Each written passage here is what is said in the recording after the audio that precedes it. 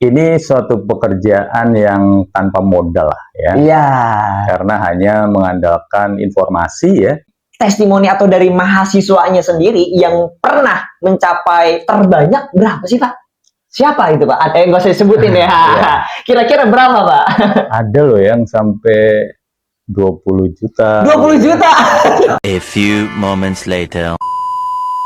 Bismillahirrahmanirrahim. Assalamualaikum warahmatullahi wabarakatuh. Waalaikumsalam warahmatullahi wabarakatuh. Alhamdulillah teman-teman semua, sekarang kita bersama Pak Gunawan, yaitu sebagai Kepala Lembaga Humas dan Marketing Kampus. Nah, di sini selamat datang Pak di tempat podcast BEM Unip ini yang sederhana, tapi insya Allah akan memberikan banyak edukasi yang bermanfaat buat mahasiswa semua. Selamat siang. Kita pokoknya semangat, harus bagi terus ya Pak ya.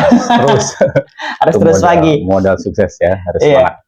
Nah, alhamdulillah teman-teman, kita sudah kedatangan Pak Gunawan di sini, dan sekarang kita pun akan berbincang-bincang, akan ngobrol-ngobrol mengenai tips mahasiswa itu agar punya penghasilan. Nah, oke.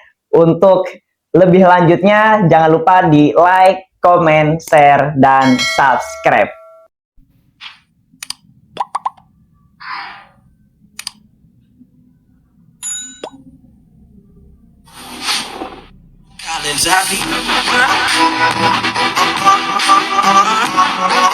Selamat pagi. Semangat pagi ya Pak ya. Nah, di sini kita ada beberapa pertanyaan nih Pak yang akan kita bahas di tempat ini. Nah, langsung saja sebelum ke pertanyaan Pak, kira-kira mengenai judul tadi ya, atau kita langsung ke pertanyaan pertama deh. Menurut Bapak sendiri, seberapa penting sih Pak bagi mahasiswa ini agar dia memiliki penghasilan saat kuliah? Oke ya, jadi saya pikir mahasiswa ya, ini tepat sekali, bahkan sebelum jadi mahasiswa ya, masalah penghasilan itu sudah mulai diajarkan dalam kelompok kemandirian lah gitu ya. Kenapa? Karena penghasilan itu merupakan kebutuhan. Ya. Betul ya. Maksudnya kan paham ya bahwa kita hidup butuh sesuatu. Betul. Butuh sesuatu itu harus dibeli dengan uang ya, dalam tanda kutip kita harus punya penghasilan. Contohnya kayak kuliah gini ya Pak ya. Ya, jadi ya nggak usah jauh-jauh, kuliah perlu biaya ya, itu butuh penghasilan untuk bayar. Hidup ya, jajan apa, pengen apa. Nah ya, sehingga penghasilan itu saya pikir itu sudah menjadi kebutuhan lah ya, yang harus diciptakan, apalagi oleh mahasiswa ya. Mahasiswa ini boleh dikatakan sebagai kelompok eksklusif ya, tanda kutip, bahwa ujung-ujung dari puncak seseorang dalam meningkatkan kecerdasan yaitu level di perguruan tinggi lah gitu ya, seperti itu. Nah, ini unik juga nih Pak, mengenai penghasilan ini kan banyak juga saya menanyakan kepada pihak keuangan bahwasanya di setiap kuliah, bukan hanya di IPWIJA, itu banyak mahasiswa yang mengalami kendala soal keuangan ini Pak, soal penghasilan itu, karena dia nggak punya penghasilan sehingga banyak dari bolong-bolong pembayaran SPP-nya dan e-learning-nya kalau di kita diblokir. Nah, itu juga mungkin menjadi poin penting Pak, kenapa mahasiswa ini harus punya penghasilan, betul ya Pak ya? Iya, betul. Nah, ini ke poin yang selanjutnya teman-teman, menurut Bapak sendiri apa aja sih Pak yang bisa dilakukan seorang mahasiswa nih di sela-sela kuliahnya atau sambilan lah bahasanya, khususnya di kelas reguler nih, apa yang mereka bisa lakukan Pak untuk mendapatkan penghasilan? Oke, baik ya, jadi kelompok mahasiswa ya tentunya sudah ada di mana-mana sekarang muncul istilah kelas reguler yang belum bekerja kan gitu ya. Ada juga yang sudah bekerja. Nah, saya pikir yang poin pertama, mahasiswa reguler yang belum bekerja itu ada dua lagi kondisinya kan itu ya. Bahkan mungkin tiga nih. Ada yang full dibiayai orang tua kan gitu ya. Privilege ada. Jadi ada juga yang dibiayai sendiri bahkan kan gitu ya. Mandiri ya. Mandiri atau 50-50 lah gitu ya. Nah ya, sehingga saya pikir tadi ini bagian dari ada suatu konsep yang namanya time management ya, manajemen waktu. Nah, dalam time management itu sebenarnya tujuannya bagaimana sih ya kita punya habit ya, kebiasaan untuk memanfaatkan waktu seefektif mungkin, dan salah satunya adalah bagaimana mencari tadilah penghasilan ya, yang mungkin tadi posisinya ada yang dibiayai orang tua, tapi apa salahnya kan gitu ya, ya bisa menciptakan penghasilan sampingan kan gitu ya, penghasilan sendiri untuk memudahkan orang tua. Karena dalam dalam konsep time management atau manajemen waktu itu kan ada suatu area ya di mana penting dan mendesak kan gitu ya. Nah, saya pikir misalkan ada mahasiswa yang masih dibiayai orang tua ya, saya pikir pembiayaan tetap penting ya, urgent, tapi belum mendesak. Belum. Ya, karena artinya, masih mampu lah. Ya, artinya masih di backup oleh orang tua. Tapi ada juga mahasiswa yang posisinya penting dan mendesak. Ya, kalau dia membiayai kuliahnya dengan mencari penghasilan sendiri kan gitu ya. Nah, sehingga untuk mahasiswa yang masih dibiayai orang tua, tetap dia bahwa mencari penghasilan itu penting, tapi waktunya nggak mendesak. Nah, justru dengan waktu yang tidak mendesak itu tadi kategorinya udah mencari penghasilan sampingan kan gitu ya. Iya betul. Nah di sini kan alangkah baiknya ya. Jadi sementara apalagi yang mahasiswa mandiri tadi ya, secara pembiayaan dia jelas dia posisinya adalah penting mencari penghasilan ini karena posisinya mendesak. Ya, dia tadi haruslah mau nggak mau harus mencari. Ada waktu mau ujian, blokir. Ambil desakan. Nah, sehingga di sini lah ya bagaimana seorang mahasiswa itu gimana caranya untuk mencari penghasilan kan itu ya. Nah, ini kalau untuk mahasiswa mencari penghasilan, pertanyaan dari mahasiswa pasti yang ada di kolom komentar nantinya Pak di video ini, apa aja Pak alternatifnya? Itu dia tuh. Oke, jadi sebenarnya di era sekarang sangat gampang sekali ya mencari informasi termasuk apa saja. Jadi secara garis besar bahwa untuk mencari penghasilan itu kita berkaca pada kemampuan diri dulu lah gitu ya. Bisanya apa gitu ya. Karena tadi seorang mahasiswa punya dua tugas yang gitu ya. Oke lah, tadi yang masih dibiayai orang tua, tentunya dia sebagai mahasiswa, maka dia punya tugas kuliah, belajar ya. Nah, di sisi lain tadi bahwa walaupun tidak urgent tapi menghasilkan uang itu penting gitu ya, sehingga ada waktu pada saatnya nanti mendesak kita sudah tidak ada masalah. Nah, dengan belajar mencari penghasilan ya tanda kutip sampingan, itu bagian dari membuat rencana ya yang pada saatnya nanti waktunya jatuh, artinya dia lulus ya, harus mandiri. Nah, di situ sudah dia mapan lah gitu terlatih, ya. Terlatih. Nah, disitulah ya. Jadi, nah apa saja kan gitu ya dari kemampuan mengekspos kemampuan itu bisa saja istilahnya dengan ada istilah freelance kan gitu ya, atau part time, atau bahkan melakukan tutor atau privat, ya kan? Atau yang lebih agak membuang waktu banyak itu terjun dalam satu bisnis. Nah ini ya, jadi oke lah, kita manfaatkan misalkan part time lah gitu ya. Jadi bagaimana sih kita memanfaatkan waktu ya setelah kuliah ya. Oke, kita tetap belajar, waktu ada 24 jam, tinggal bagi saja. Nah, kita bisa mencoba mencari pekerjaan yang sifatnya part-time. Ya, artinya kita mendapatkan pekerjaan tidak penuh ya, tapi hanya sebagian. Misalkan, biasanya saya yakin lah, ada toko-toko konvensional nih. Biasanya kan dia butuh pekerja lah gitu ya. Magang gitu daftar ya, daftar. Oke, setelah kuliah misalkan saya bisa bekerja ya, mulai jam siang ya sampai sore, atau sore sampai malam jam 9. Nah, itu tuh untuk anak reguler khususnya. Kalau kita ngomongin anak kelas malam atau anak kelas karyawan, tentunya karena dia memilih kelas itu udah punya pekerjaan. Nah, ini juga teman-teman yang menjadikan faktor penting, karena dalam dunia pekerjaan nanti ibaratnya kita ini Pak kuliah khususnya kelas reguler itu berenang dengan satu gaya Pak, analoginya seperti itu. Dan ketika lulus ibaratnya yang tadinya kita berenang dengan satu gaya di satu kolam, kita harus nyebur ke laut, Pak.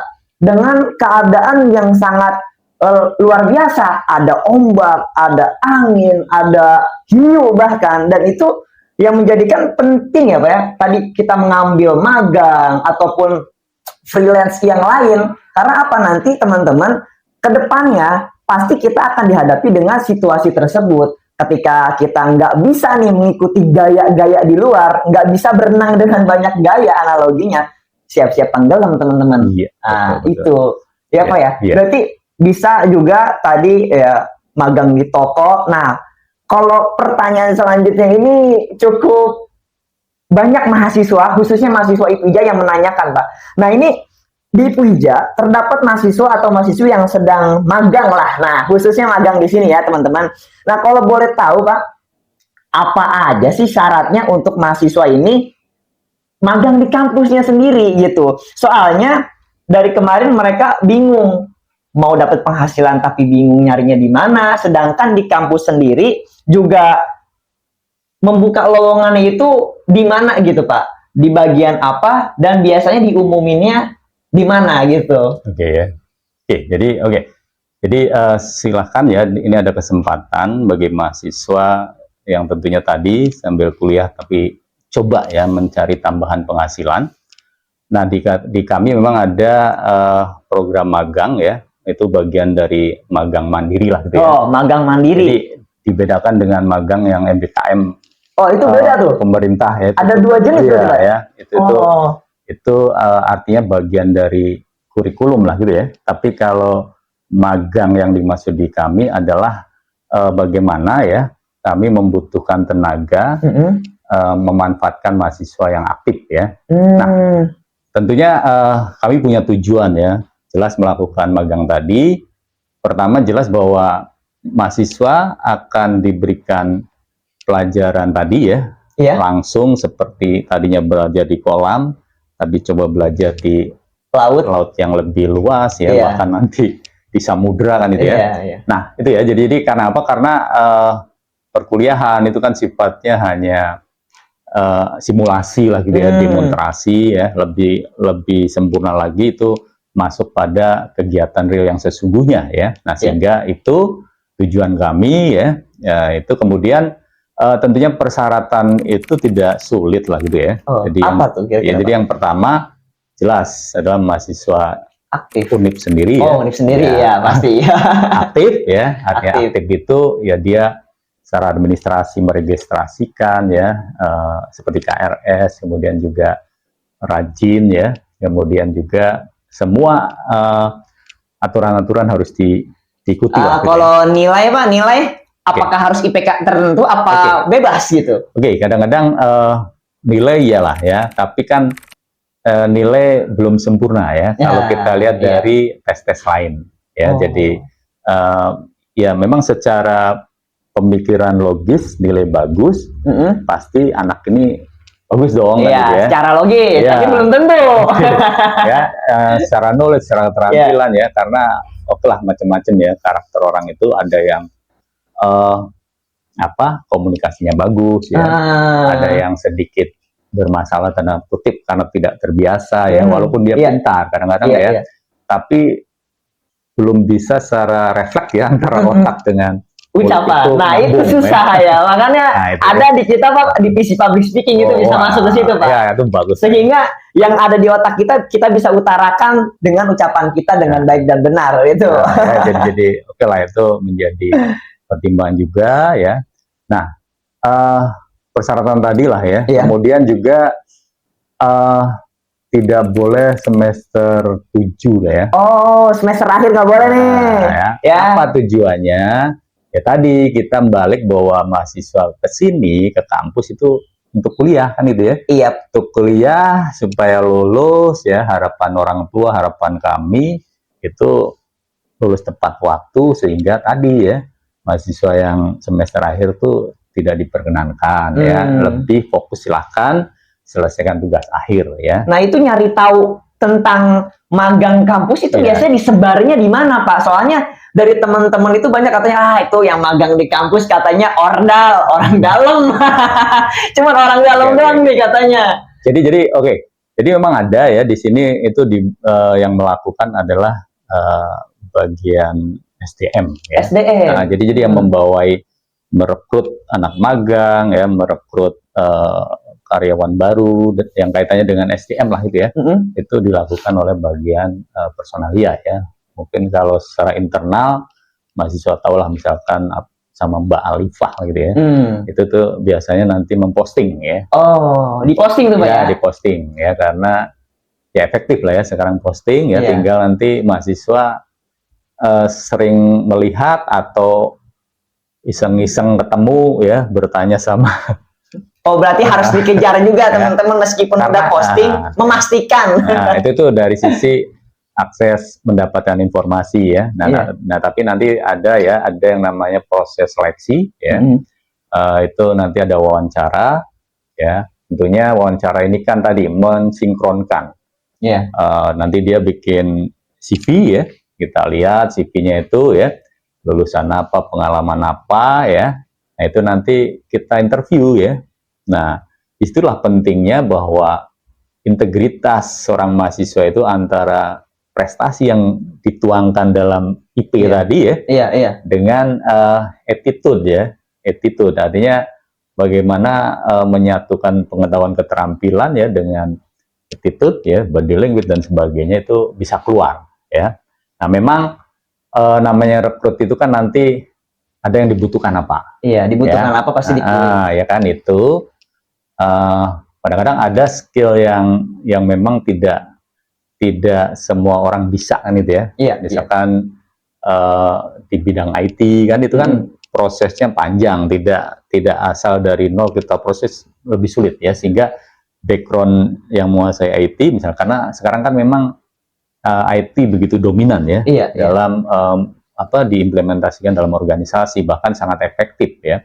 Nah, disinilah ya nanti kita cari sesuai dengan kompeten yang dibutuhkan, dan yang paling penting karakter ini penting ya. Karakter juga dilihat ya.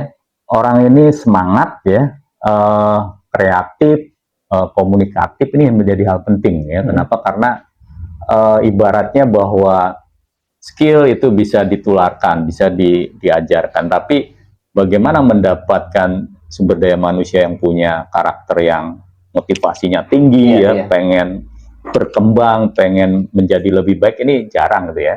Jadi di situ ya dominan penilaian upgrade itu skill terus ya carinya ya Pak. Ya kalau itu kan oke, tapi yang namanya karakter ini ya yang fondasi yang paling penting. Jadi itu. Maka dilihat teman-teman ya. Jadi untuk magang di kampus itu pasti dicari orang-orang yang kompeten, dan juga untuk informasinya bisa langsung ditanya ke siapa Pak tadi Pak namanya? Ibu Alifah. Oh, Ibu Alifah. Itu. Dan bisa juga dilihat di informasi di IG Universitas Sriwijaya. Nah, Pak, dari tadi kita ngobrol mulu sampai berbusa-busa, mulut ini belum diminum nih Pak. Silakan Pak diminum dulu Pak. Terasa ya. Jadi kalau sama anak muda ikut semangat. Semangat Pak ya. Oke. Silakan Pak. Iya. Bismillahirrahmanirrahim. Ngeteh teman-teman. Kalau kemarin sama Bu Teri namanya kadar kopi Pak, kajian dasar konsep pikiran. Kalau sekarang ngeteh nih teman-teman, ngobrol enjoy, tips edukasi mahasiswa. Pintar. Bismillahirrahmanirrahim.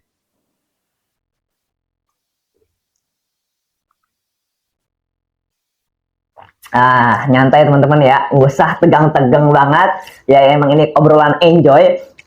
Nah, tadi kita udah sempat menyinggung tentang magang Pak. Nah, ini kan Bapak ini kan marketing ya Pak ya. Nah, itu juga bisa dong Pak menjadi tips ataupun menjadi sarana untuk mahasiswa ini mendapatkan penghasilan. Nah, ngomong-ngomong Pak, itu kira-kira bagiannya itu berapa duit sih Pak dapatnya nih, biar langsung aja to the point. Kalau mahasiswa ini biasanya nggak suka, aduh dapat sekian persen, berapa duit kira-kira dapatnya itu?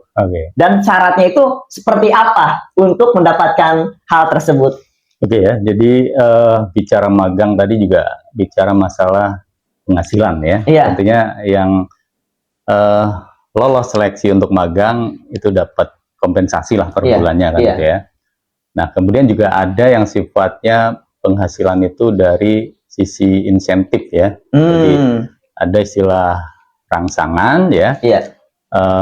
Di kami kebetulan saya menangani marketing itu ada yang namanya apalah bahasanya ada ya fee, tapi kami lebih itu lagi apresiasi lah gitu Iya, ya. apresiasi. Jadi memberikan ya marketing fee atau apresiasi bagi mahasiswa yang bisa membawa baik itu keluarga, teman ya atau siapapun untuk bisa bergabung di kampus kami ya tentunya tadi kami mereferensikan ya atau dengan kata lain mereferensikan, maka kami ada apresiasi ya atau ada diberi fee kan itu ya. Nah, karena kami ada 2 strata ya, strata S1 strata S2. Nah, itu besarnya berbeda kan itu ya. Berbeda, Pak. Oh, Ya. yang masuk S1 sama yang masuk S2 beda nih teman-teman bayarannya. Ya. Ini, tahu atau pengen nggak tahu nih? Tahu dong, Pak. Harus dikasih tahu nih, Pak. Ini eksklusif beda gitu nih. ya. Kita korek sampai dalam berapa sih dapatnya gitu. Ya. Oke, jadi ini suatu pekerjaan yang tanpa modal lah ya. Iya. Karena hanya mengandalkan informasi ya dan meyakinkan pada tadi ya keluarga, teman dan yang lain-lainnya itu kalau bisa mereferensikan siapapun ya untuk program studi S1 yaitu lumayan lah ya. Itu satuannya pakai cut. Berapa? 1 juta, Pak? Oke. Ya 1 juta lagi ya. Wah, 1 jutaan. Nah, sedangkan untuk membawa atau mereferensikan ya untuk masuk program S2 ya itu ya 2 kali lipatnya. Jadi S1 1 juta, S2 2 juta. Wah, itu per kepala tuh, Pak ya. Itu tadi cocok sekali dengan pembahasan penghasilan. Mahasiswa dari penghasilan sampingan tanpa modal. Ya. Itu bisa juga testimoni kita. Saya kuliah di Pija seperti ini bisa diceritakan mungkin ya, Pak ya. Dan itu pun tanpa modal dalam kutip nih, karena kalau yang tadi kita soal bisnis, membangun bisnis itu kan nggak semudah membalikan telapak tangan, apalagi terus juga magang. Kita mencari pengalaman juga pasti magang ada pengalaman ini dan itu agak rumit ya Pak ya. Nah ini ada juga yang dari kampus ya tadi pertama adalah magang di kampus, yang kedua adalah marketing kampus. Nah tadi teman-teman, wah satu kepalanya 1 juta, kalau yang S1 yang S2-nya bisa 2 juta ini per kepala. Kira-kira dari testimoni atau dari mahasiswanya sendiri yang pernah mencapai terbanyak berapa sih Pak? Siapa itu Pak? Nggak usah sebutin ya. Kira-kira berapa Pak? Ada loh yang sampai 20 juta. 20 juta? Berarti 20 orang ya? Ya? Itu kalau S2 ya. Itu cuma 10 orang kan gitu ya. Nah ya. Nah ini artinya bahwa tadi ya bahwa kalau kita fokus mengerjakan sesuatu ya insya Allah lah gitu ya hasilnya maksimal. Begitupun dengan tadi lah bahasanya mereferensikan, karena ini hal yang nggak butuh modal kan gitu ya. Hanya ketemu orang, ketemu saudara ya, meyakinkan ini menawarkan sesuatu yang baik ya. Jadi apa sih bahwa pendidikan itu kan sesuatu yang baik ya. Karena apa? Karena itu bagian yang paling mendasar bahwa manusia itu baik dan buruk tentunya relevansinya dengan kebaikan lah gitu ya. Karena ingat bahwa pendidikan itu tidak semata-mata knowledge ya, skill, tapi yang penting tadi ya attitude. Nah di dalam attitude itu mengajarkan nilai-nilai kan itu ya. Nah saya yakin lah ada istilah manusia beradab ya, pendidikan makin tinggi manusia makin beradab, itu adalah relevansinya. Namun ada kasus-kasus tertentu lah gitu ya. Pendidikan tinggi tapi ternyata membawa nilai-nilai yang buruk ya. Nah itu dia nih, masuk lagi nih Pak. Tadi kan udah kita membahas tentang penghasilan dari kampus yang ada magang sama yang kedua adalah marketing. Ini masuk ke poin-poin terakhir Pak di pembicaraan kita pada hari ini. Bagaimana sih Pak ketika kita ingin menyikapi pandangan negatif dari orang sekitar kita, terutama mahasiswa itu sendiri yang bekerja? Karena ada bilang ngapain sih kerja gitu kan, atau ngapain sih kuliah kok toh ujung-ujungnya kerja, mendingan langsung kerja. Nah ini menyangkut poin apakah kuliah itu penting. Nah itu dia Pak, kira-kira seperti apa Pak? Oke baik, itu pertanyaan yang perlu diluruskan ya, bahwa Memang ya, orang tadi saya bilang di awal bahwa mencari penghasilan itu menjadi kebutuhan. Iya, Ya. betul. Sehingga orang yang pemikiran tadi ya bisa jadi seolah-olah bahwa sudah mendapatkan pekerjaan, Mm-mm. mendapatkan uang selesai kan itu ya. Nah, justru kita terbalik ya. Terbalik, kita berpikirnya jangka panjang tadi ya. Artinya bagaimana kan gitu ya. Kita punya penghasilan itu mengalami progres. Oh, Ya, progres. iya. Nah, bisa jadi ya orang sudah bekerja. Oke lah, karena kita misalkan kuliah S1 ya, mereka belum S1 bekerja kan. Iya, Ngapain kuliah kan itu ya. iya. Jadi bisa dibayangkan ya bahwa lulusan SLTA ya, SMK itu kalau dalam organisasi ya, mahasiswa tahu lah dalam manajemen itu kan ada level-level manajemen ya, itu pasti ada yang levelnya paling bawah, level operasional. Iya. Ya.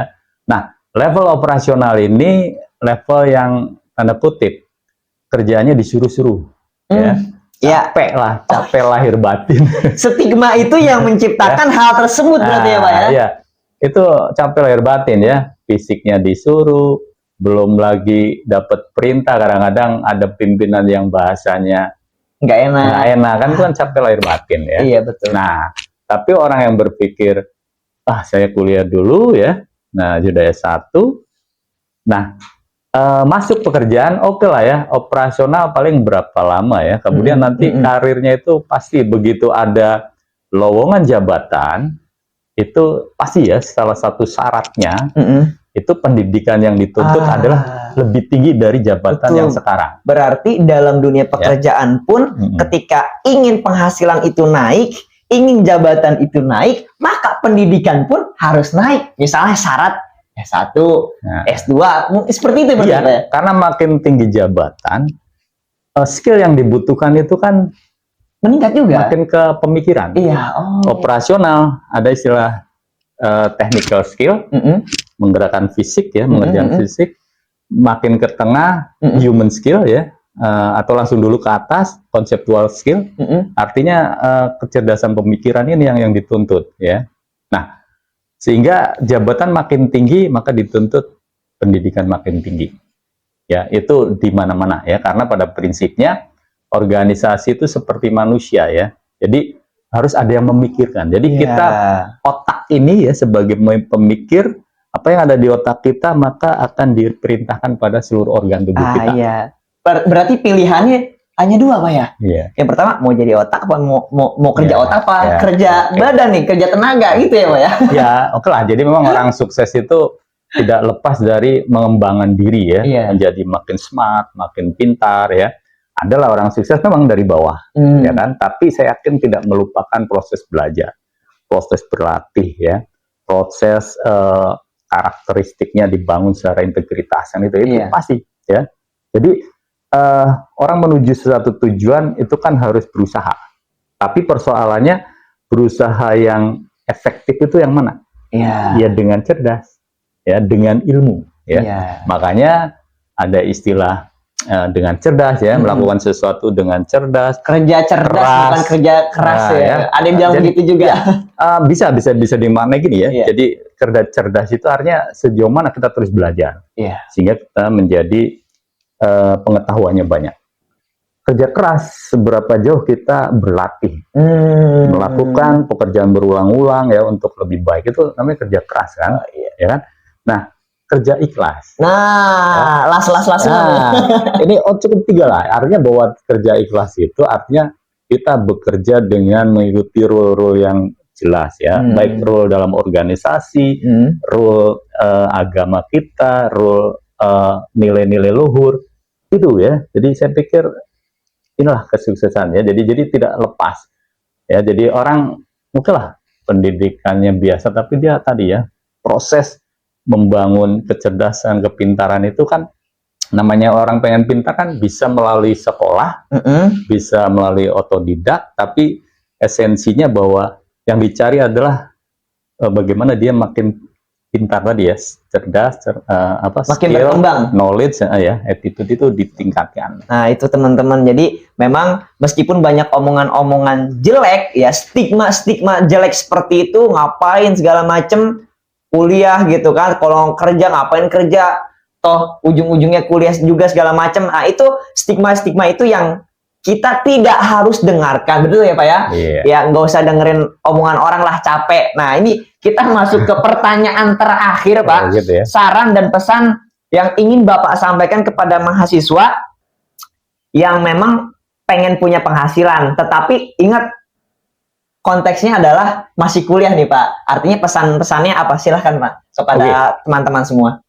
Peluang-peluang ya, peluang-peluang yang ada di sekitar kampus ini menjadi penghasilan tambahan ya. Tadi kampus sudah mengeluarkan regulasi, silakan mereferensikan, ada apresiasi ya, ada kompensasi. Nah, silakan juga ya yang punya keterampilan, misalkan oh saya ahli di akuntansi, saya bisa matematik, nawarin privat ya ke anak-anak SMA atau silakan ya. Itu kan nanti ada istilah freelance ya. Nah, kemudian yang jurusan komputer lagi ya, bisa saja ya membuka tadi freelance, menawarkan jasa ya, apakah mendesain yang kaitannya dengan bidang kompeten komputer tadi, bisa kan gitu ya. Ini konsep untuk mencari sampingan tapi sangat bermanfaat sebagai proses pembelajaran ya, untuk di ujung itu menjadi kebutuhan kita. Oh iya. Ya. Jadi secara general ya, bahwa manfaatkan waktu ya, walaupun kita tahu bahwa apa yang harus penting dan urgent itu dilakukan ya, kapan penting dan belum urgent ya, tapi bahasanya penting, ini penting ya, jadi kata penting, important ya. Nah, mengenai hal-hal yang tidak penting dan tidak mendesak sudah dihilangkan sajalah ya, misalkan hura-hura. Nah, iya itu biasanya hura-hura ya, itu. banyak buang waktu itu delete aja lah ya, delete uang ya, tapi lebih fokuskan tadi penting, mendesak, penting, belum mendesak. Artinya basicnya yang mana yang penting itu prioritaskan ya. Nih, jadi nah untuk mungkin bagi masyarakat ya atau generasi-generasi sekarang yang pengen kuliah, ya tadi ya, bagaimana mencari kampus-kampus yang bisa mensupport ya kondisi mahasiswa itu untuk bisa cari sampingan kan gitu ya. Jadi misalkan tadi ya, kampus yang memberikan apresiasi ya, kemudian juga kampus yang menyediakan tempat pelatihan ya, bisa saja misalkan dari hasil pelatihan bisa dijadikan sebagai freelance tadi ya, freelance atau mentutor ya, menjadi privat ya. Nah itu bisa ditularkan ya. Nah kemudian juga bisa juga mahasiswa yang hobinya bisnis, nah cari kampus yang ada kegiatan bisnisnya ya. Jadi ada istilah lembaga kewirausahaan ya. Nah itu carilah ya, artinya bahwa kuliah ya atau mencari kampus tuh tidak melulu keluar ya, kuliah, pulang pergi, kuliah pergi ya. Kupu kuliah pulang, kuliah pulang. Ya, carilah kampus yang bisa mensupport secara total atau memberikan kesempatan ya untuk kita berkembang ya, dalam arti tadi lah, kalau fokusnya mencari penghasilan, cari yang bisa mensupport ya, kampus-kampus yang bisa mensupport, kita bisa menciptakan penghasilan ya. Bahkan ini dilupakan ya. Apa tuh Pak? Ini kalau dalam ilmu keuangan itu mahasiswa yang hanya dapat uang jajan ya dari orang tua, saya bisa menciptakan penghasilan ya. Apa? Sisihkan, menabung ya. Nah, itu yang penting. Itu kalau dalam ilmu keuangan kan, kita menabung kan dibayar ya. Nabungnya di bank loh ya, jangan di bantal ya. Di bank ya. Nanti dimakan tikus Pak. Nah itu ada yang namanya pendapatan dari bank ya. Nah itu ya. Kita banyak cerita ya, orang menabung uang logam di galon ya. Berapa tahun bisa beli motor. Nah itu nabung sendiri ya, apalagi nabung di bank misalnya gitu ya. Nah itu tuh kadang-kadang dilupakan ya. itu penting juga ya. Oke, mungkin itu aja pesan-pesan ya, Pak, Oke ya. ya. Ya, terima kasih Pak atas Oke. kehadirannya, atas edukasi terkait tentang penghasilan ini. Pada kesimpulannya adalah setiap dari kita teman-teman ketika ingin menambah penghasilan atau ingin mempunyai penghasilan, maka kita cari sesuai kemampuan kita. Apa kemampuan kita? Kita cari yang sesuai. Maka dengan adanya kemampuan kita itu, kita bisa tahu mau nyari penghasilannya itu di mana. Nah, itu dia. Lalu poin yang kedua yang tadi disampaikan oleh Pak Gunawan ini, bahwasanya di kampus ada juga tempat atau solusi bagaimana teman-teman bisa punya penghasilan ya. Ada marketing kampus, ada juga magang ya. Terus juga yang selanjutnya itu Bapak juga menyinggung bahwasanya kita ini harus benar-benar meningkatkan skill itu ya Pak ya. Meningkatkan skill, upgrade skill sehingga kedepannya kita ini menjadi orang-orang yang teratas lah gitu bahasanya. Sehingga nanti misalnya di dalam dunia pekerjaan, dalam perusahaan, kita menjadi orang yang terdepan dan nggak capek batin ataupun mental itu ya Pak ya. Nah, semoga pembahasan kali ini bisa bermanfaat buat teman-teman semuanya, dan jangan lupa ya teman-teman, jangan lupa bantu channel ini agar lebih berkembang lagi dengan cara like, komen, share, dan subscribe. Mungkin itu aja Pak, terima kasih banyak. Oke. Saya ingin sampaikan ya suatu tagline kami ya. Apa tuh Pak? Universitas Irtija ya. Kampusnya generasi cerdas dan sukses. Weh. Itu ya, yang ingin saya sampaikan. Oke, Ya, terima kasih Pak. Oke. Oke teman-teman semua, sekian dan terima kasih.